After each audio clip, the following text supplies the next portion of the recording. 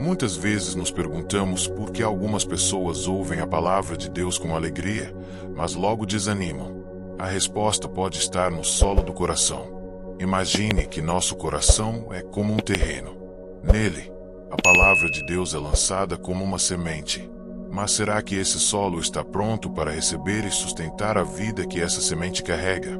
Jesus nos ensinou que nem todo coração está preparado. Alguns recebem a palavra com entusiasmo, mas não têm profundidade. São tocados na emoção, mas não firmam raízes na verdade, na fé e no relacionamento com Deus. E quando vêm as dificuldades, o calor das provações, esse entusiasmo murcha. A fé não resiste, porque não há raiz. Talvez você já tenha vivido isso.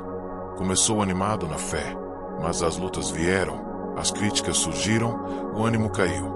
Isso não te torna fraco, apenas mostra que é hora de aprofundar suas raízes. A fé verdadeira cresce debaixo da terra, no secreto, na oração constante, na meditação da palavra e no compromisso diário com Cristo.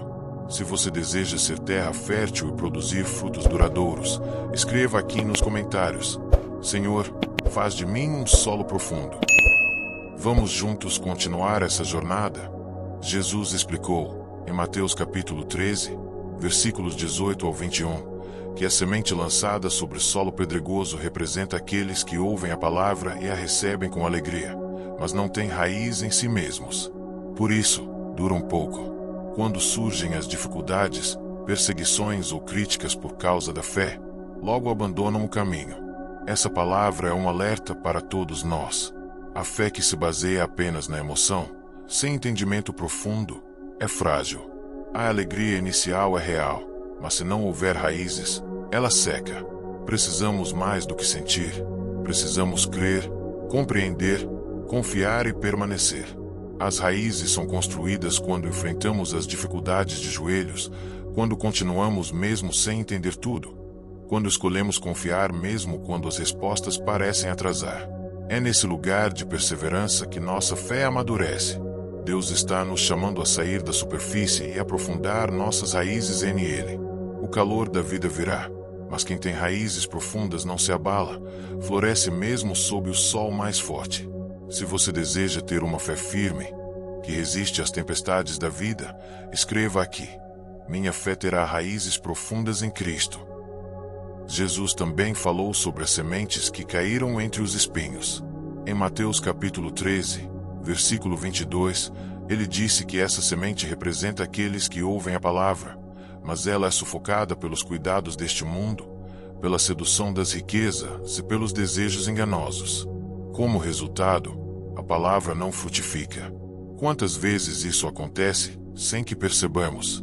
O coração está cheio de ansiedade, cheio de preocupações com o amanhã, cheio de ambição, cheio de distrações. O solo está lá, a palavra é plantada, mas não há espaço para ela crescer. Os espinhos tomam tudo.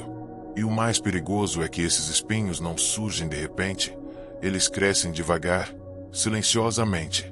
Um pensamento aqui, uma prioridade mal colocada ali, uma preocupação exagerada, e logo o coração está apertado, sem espaço para a voz de Deus.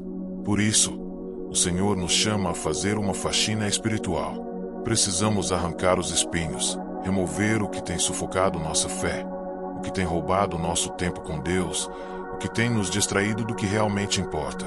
Se você deseja que Deus limpe seu coração e arranque os espinhos que sufocam a palavra, escreva nos comentários: Senhor, arranca os espinhos do meu coração. Por fim, Jesus fala da boa terra. Em Mateus capítulo 13, versículo 23, ele explica que a semente que cai em solo fértil representa aqueles que ouvem a palavra, a entendem e a colocam em prática. Esses produzem frutos, 30, 60 e até 100 vezes mais do que foi semeado. Esse é o tipo de coração que Deus procura. Um coração aberto, sensível, humilde.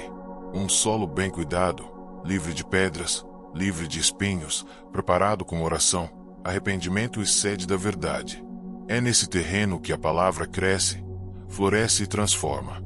Quando a palavra de Deus encontra espaço em nós, ela nos muda de dentro para fora. Ela afeta nossos pensamentos, nossas palavras, nossas escolhas. E essa transformação gera frutos de amor, paciência, bondade, domínio próprio, frutos que abençoam não só a nossa vida, mas também a vida de quem está ao nosso redor. Ser boa terra não é sobre perfeição, mas sobre disposição. É reconhecer nossas limitações e pedir ao Espírito Santo que prepare nosso coração, dia após dia, para que a palavra não seja apenas ouvida, mas vivida com intensidade. Se esse é o seu desejo, comente agora: Senhor, faz de mim uma boa terra que frutifica para a tua glória. Em Tiago capítulo 1, versículos 22 a 24, somos alertados: sejam praticantes da palavra, e não apenas ouvintes, enganando-se a si mesmos. Ouvir a palavra é importante, mas ela só produz transformação quando é aplicada. Há muitos que escutam sermões toda semana, leem devocionais todos os dias, compartilham versículos nas redes sociais, mas não deixam que aquilo entre no coração. A palavra se torna algo superficial, intelectual ou até religioso, mas não se torna prática. Não transforma decisões, não muda comportamentos, não renova a mente. É como olhar-se no espelho e esquecer imediatamente o que viu. Deus não quer apenas que você ouça, Ele quer que você viva. Que a palavra te molde, te desafie, te corrija. Que ela entre nas áreas mais difíceis do seu coração e traga luz onde havia escuridão. Ser solo fértil significa deixar a palavra enraizar-se profundamente, até que seus frutos sejam visíveis na maneira como você trata as pessoas, como você lida com dificuldades, como você ama, perdoa e serve. É aí que o Evangelho se torna vivo. Se você deseja ser alguém que não apenas ouve, mas vive a palavra, escreva nos comentários: Senhor, quero viver a tua palavra todos os dias. Jesus nos alerta sobre 3 grandes perigos que impedem a palavra de frutificar: o inimigo que rouba, a superficialidade que seca e as distrações que sufocam. O primeiro perigo é o inimigo. Assim como os pássaros da parábola em Mateus capítulo 13, versículo 4, Satanás tenta roubar a palavra antes mesmo que ela crie raiz. Ele lança mentiras, dúvidas, distrações e tenta confundir nossa mente para que não retenhamos a verdade de Deus. Por isso, precisamos vigiar, orar, repreender o engano e declarar a verdade com fé. O segundo é a falta de profundidade. A palavra até gera emoção no início, mas logo vem a dificuldade, o calor das provações, e se não houver raiz, a fé murcha. Precisamos aprofundar nosso relacionamento com Deus, investir tempo em oração, meditação e comunhão com o Espírito Santo. A fé enraizada resiste à tempestade. E o terceiro são os espinhos, as distrações, as preocupações, a correria da vida. Jesus disse em Lucas capítulo 8, versículo 14, que essas coisas sufocam a palavra e a tornam infrutífera.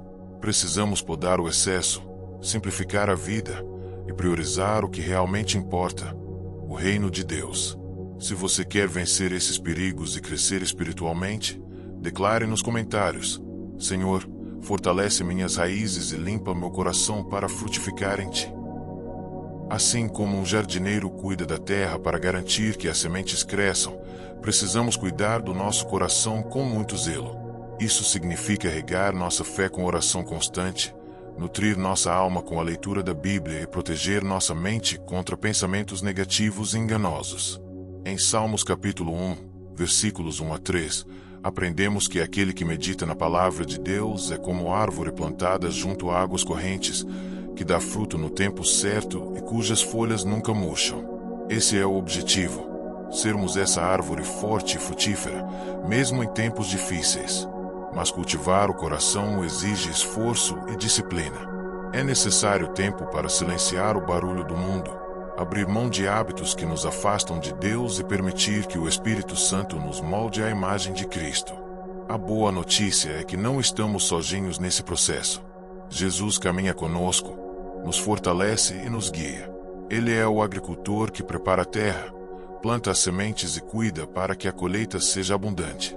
Se você quer se comprometer a cultivar seu coração para que a palavra floresça, escreva nos comentários: Eu me comprometo a ser um terreno fértil para a palavra de Deus.